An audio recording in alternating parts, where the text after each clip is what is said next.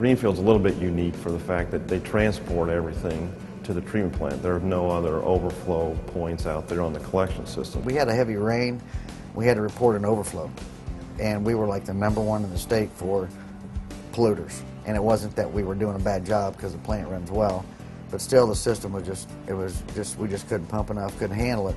We were looking at everything. What could we do? And every solution seemed to be build a big pond system. My problem with that was, even if we did build a pond big enough, we still have to fight to pump all that down, clean all that up, and it was just something that really didn't help a whole heck of a lot. And basically there was only really one process that was out there that would fit all those goals and needs. Actiflow is kind of a unique process. It's a high-rate clarification process that originally started in the water treatment industry. It came from drinking water treatment, and because of its efficiency to stop and start and have a small footprint, it was applied to wastewater or combined sewers. It's a chemical, physical, high-rate clarification process that's pretty simple, but yet amazingly efficient. You're using coagulant aids, a couple chemicals, which could be alum or ferric chloride as a preconditioning. You add a polymer, and the other key ingredient is a micro sand, which adds the ballast part to the process. So basically you're getting the solids conglomerating into a larger particle that's higher density, so it settles really quickly.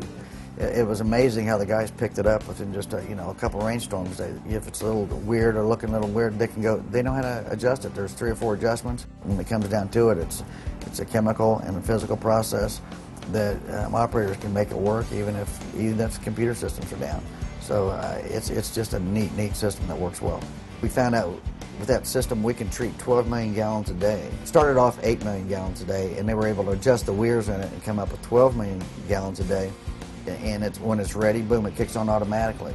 And we don't have any ponds to mess with. We don't have any cleanup afterwards out in the system. A normal storm, when we're getting hammered with a lot of rain, the flow is split automatically so that 6 million gallons a day go to the biological process, and that just goes like it would any other day. Anything over 6 million goes to the Actiflow process. With those 2 processes running parallel, they're able to handle the peak wet weather flows and still meet their 1010 NPDES permit limits, even with excessive high wet weather flows that they do see here.